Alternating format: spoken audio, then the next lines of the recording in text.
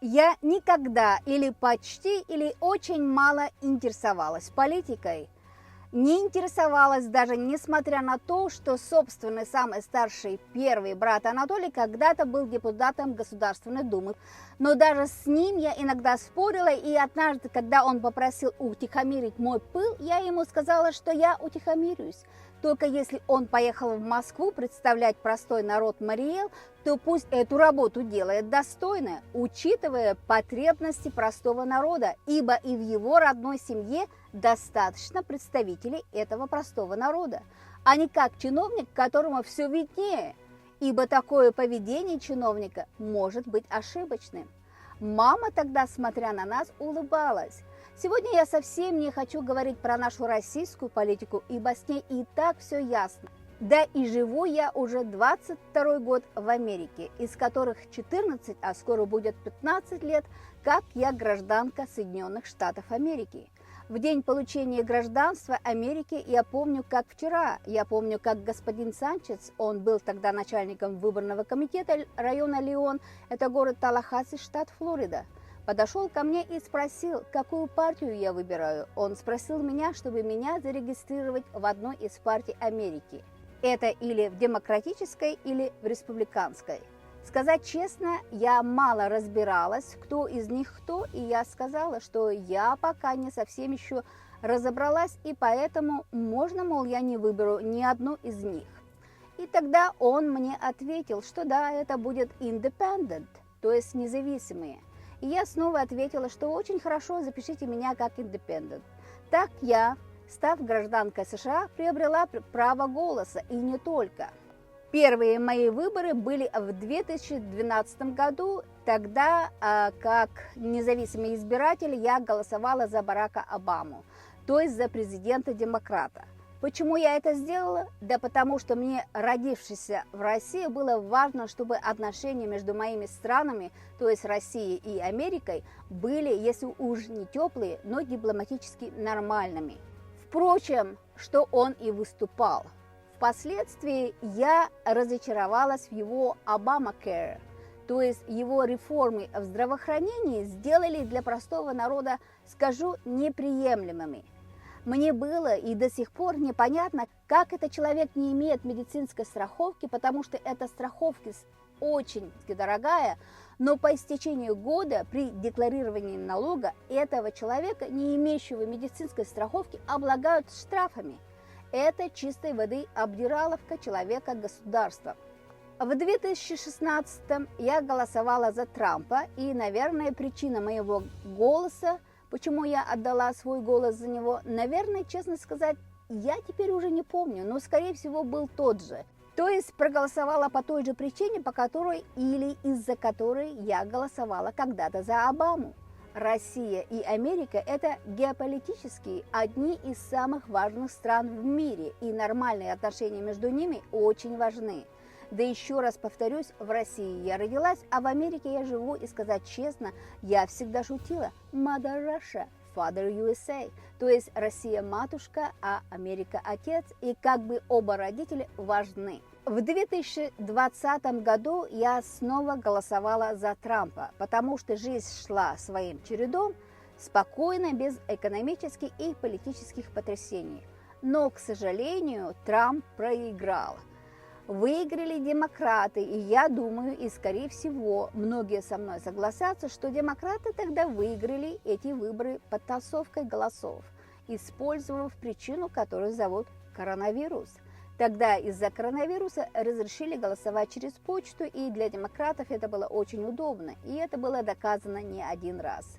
Затем пошла волна политически мотивированных криминальных гонений против Трампа, и демократы тут использовали абсолютно все, что только могут. Это и медиа, и интернет-ресурсы, и нечестные политики, голливудские актеры. В общем, демократы старались изо всех щелей, всей своей непорядочностью очернить имя президента Трампа. Только они, делая всю эту гнусную работу, забыли, что каждый раз, заводя очередное криминальное дело против Трампа, они давали ему еще больше силы и возможности бороться, а значит идти вперед. Да-да, идти вперед, потому что только человек-личность сможет все это вынести. Это какой должен быть настрой, боевой дух и стержень. Человеку безвольному и бесхарактерному, слабому, пустому это никогда не преодолеть. И я рада, что я живу в демократической стране, в стране, где есть возможность голосовать, причем голосовать так, чтобы впоследствии эти выборы были честными, как это, слава богу, случилось в 2024 году.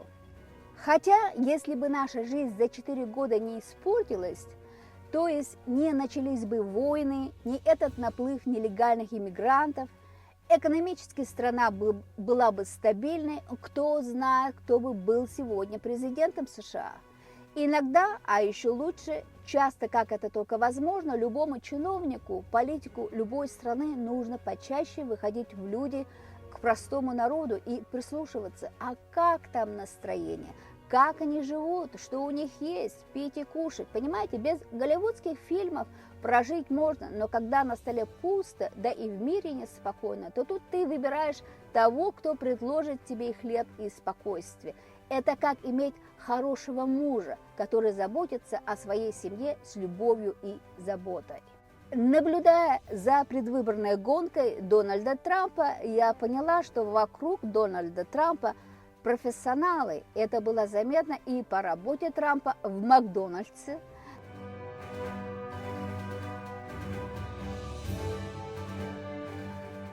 Его быстрой реакцией и помощью людям, которые оказались в ужасном положении после шторма Хелен.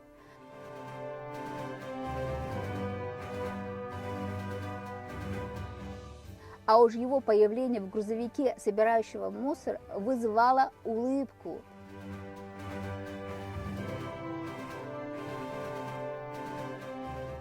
Но негодование к тому, кто назвал его, Дональда Трампа, и всех его людей, которые его поддерживают, мусором.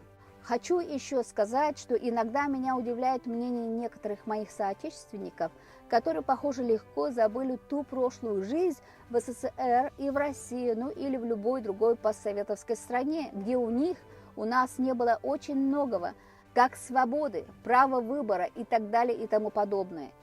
И вы все еще, даже приехав в эту новую для вас страну, хотите эту прошлую жизнь? Мне хочется вас спросить, а что вы тут вообще тогда делаете? Хотите ту жизнь, где у вас не было права выбора, где с вами не считались как человеком, где сплошь и рядом во всем процветала коррупция?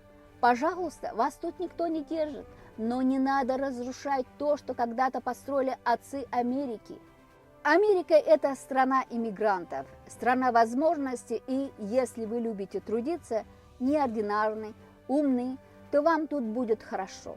Но если вы сюда приехали жить за счет государства, как говорят на халяву, то боюсь, что вам тут будет очень нелегко. И поэтому я очень рада, что сегодняшние выборы выиграл господин Трамп. Трамп, который импонирует миллионам своих избирателей, импонирует своим характером, способностью работать, любовью и преданностью к своей стране. Поверьте, он не стал президентом, чтобы стать еще богаче, он и так миллионер. Он был уже президентом, и, как помните, он отдавал свою заработную плату на благотворительные дела. Он стал президентом, чтобы защитить демократию от нечестных людей, коррупционных личностей. Он стал президентом, чтобы защитить нашу страну, наш дом США от нелегальных иммигрантов, порой криминальных иммигрантов. Поверьте, друзья, каждый из нас, приходя домой вечером, закрывает свой дом на замок. Так почему наш дом, Соединенные Штаты Америки, должен быть проходным двором? Он стал президентом, потому что искренне любит свою страну. И главное, что люди поверили и доверили ему это своими голосами.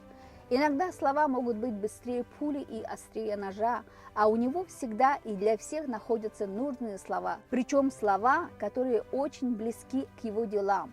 Сказал, сделал. Если еще не успел, то обязательно постарается сделать. Вообще, чтобы критиковать его и тем более называть его очень плохими словами, может только пустой человек, у которого самого нет ничего за душой. Если уж кто-то решил покритиковать господина Трампа, то этому человеку для начала нужно добиться того, чего он, господин Трамп, добился, или даже стать лучше, чем он, богаче, чем он. А потом не забывайте, демократия, демократия, но длинный язык сможет испортить вашу жизнь на очень долго. И не только вашу жизнь, но и жизнь ваших детей, за что они вам не скажут спасибо. Заканчивая свое видео, я пожелаю нашему президенту США, господину Трампу, крепкого здоровья и всех благ. Пусть все его желания, пусть все его добрые помыслы и дела в укреплении и внутриполитической и экономической жизни в США, и также на мировой арене будут осуществимы и успешны. А мы, американский народ, который выбрал и доверил ему это право быть нашим президентом Америки, поддержим его во всех его делах. И анализируя все произошедшее, снова и снова я прихожу к выводу, что все, что не происходит, происходит к лучшему. Да, 2020 тогда был для Дональда Трампа и для всех его сторонников не совсем удачным, но Всевышний знал, что в 2024 будет его, Дональда Трампа, триумфальное возвращение. Это было мнение простой американки. Искренне благодарю вас всех, что вы досмотрели мое видео. Желаю всем здоровья, добра и счастья. Не забывайте лайкать и распространять это видео. Если кто еще не подписался на мой YouTube канал, пожалуйста, подписывайтесь. До следующего раза. С вами была Эльвира из Америки. Чилалан тажалак ден поролаком тыланем и дамонда кугу парня палым тимдалаш, але вес семенджел лайком шандаш, да тегак моин YouTube каналышкем вызалтын огдалган вызалца. Вес кана марты, тиндандыны Эльвира Америковичлин.